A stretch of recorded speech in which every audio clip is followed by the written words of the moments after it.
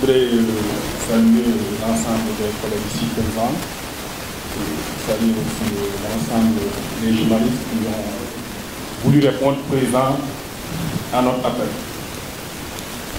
Comme l'ont dit mes prédécesseurs, vous avez tous constaté aujourd'hui que le bureau de l'Assemblée nationale n'a pas à son sein un membre de l'opposition.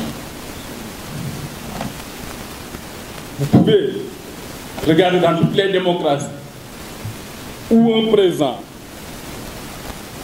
qui a eu 49% des suffrages exprimés aux législatives se retrouve avec un bureau à l'Assemblée nationale composé uniquement des membres du parti au pouvoir.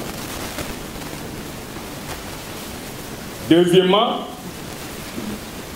nous constatons tous aujourd'hui que le débat parlementaire traditionnel veut être transformé aujourd'hui à un débat parlementaire limité. Le problème que nous avons avec Moustapha Niasse, voici un président que j'ai cité nommément, qui fait fi du règlement intérieur de l'Assemblée nationale, qui veut diriger l'Assemblée nationale selon ses humeurs et selon les convictions de Macky Sall ou bien selon les désirs de Macky Sall. Nous ne pouvons pas continuer à accepter cela.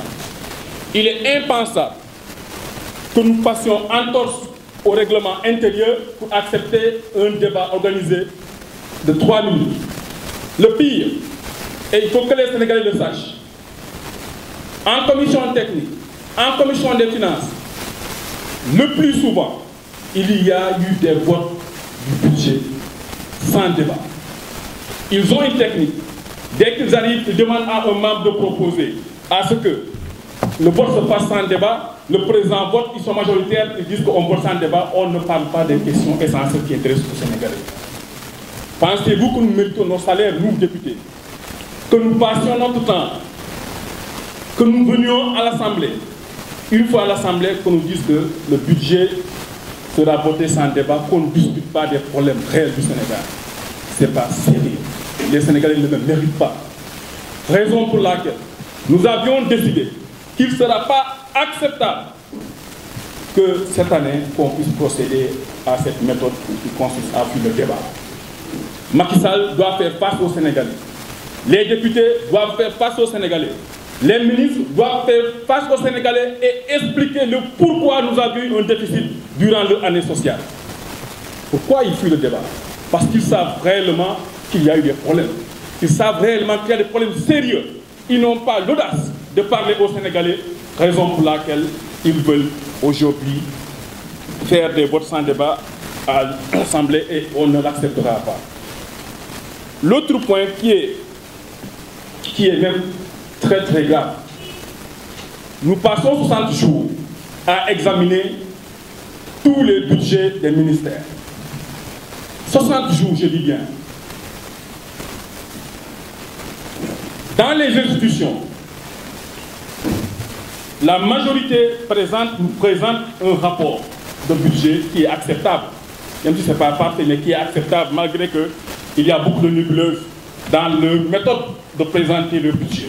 Parce qu'ils mettent des choses que seuls ceux qui sont aguerris en finance peuvent comprendre. Mais le Sénégalais lambda, le député lambda, qui n'a pas fait les finances, le plus souvent, pour la majorité d'ailleurs, ne peuvent pas comprendre beaucoup de choses qu'ils mettent dans le rapport de leur budget. Mais le plus grave, c'est l'Assemblée nationale, qui devait être l'institution qui devait présenter un budget détaillé. On nous donne le plus souvent qu'une ou deux feuilles où il n'y a que 2 ou 3 rubriques. Personne ne sait à ce jour comment le budget de l'Assemblée nationale est géré. Et pourtant, les mêmes députés qui passent 3 jours en commission des finances, en commission technique, en plénière, à critiquer les ministères, à critiquer les directions, à vouloir changer les crédits budgétaires alloués à telle ou à telle autre institution. Ces mêmes députés ne savent absolument rien du budget de l'Assemblée nationale. C'est le président Macky Sall, comme l'a dit tantôt l'honorable Bamba Dièye et Moudiop Decroix, qui appelait les Sénégalais à la gouvernance, à la transparence. Devons-nous être transparents seulement chez les autres Pourquoi aucun Sénégalais, je vous dis bien, aucun Sénégalais ne peut nous dire, durant les 5 ans dans la législature, la 12e législature, et durant la première année de la 13e législature, quel a été le budget de l'Assemblée nationale, qu'est-ce que Moussa Niasse a géré et comment il a géré. Je crois qu'il est temps qu'on fasse un arrêt.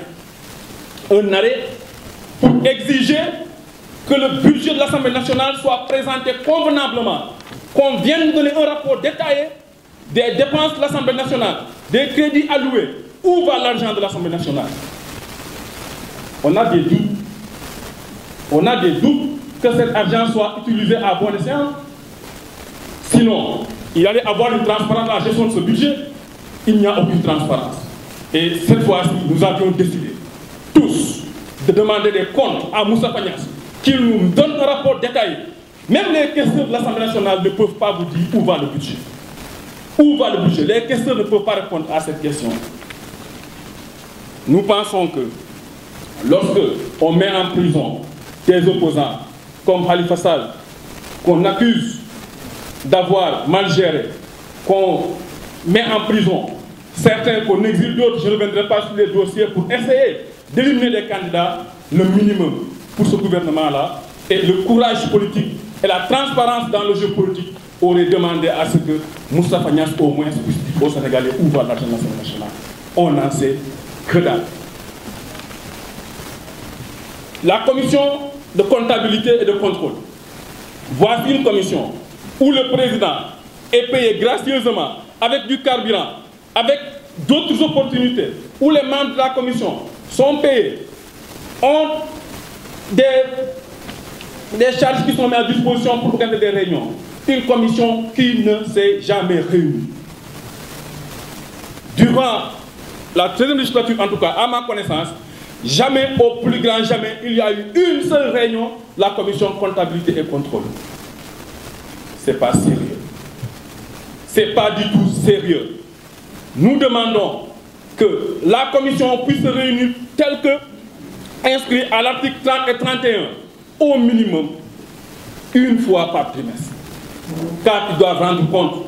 Pourquoi ils ne doivent pas rendre compte? Pourquoi Moussa Niasse ne doit pas rendre compte de l'argent qu'il utilise? Ce n'est pas son argent. L'argent des Sénégalais, ce n'est pas l'argent de Macky Sall, c'est l'argent des Sénégalais. Et ils doivent nous rendre compte, qu'ils le veuillent ou pas, ils doivent nous rendre compte et nous n'allons pas accepter que ça continue. Ça doit cesser.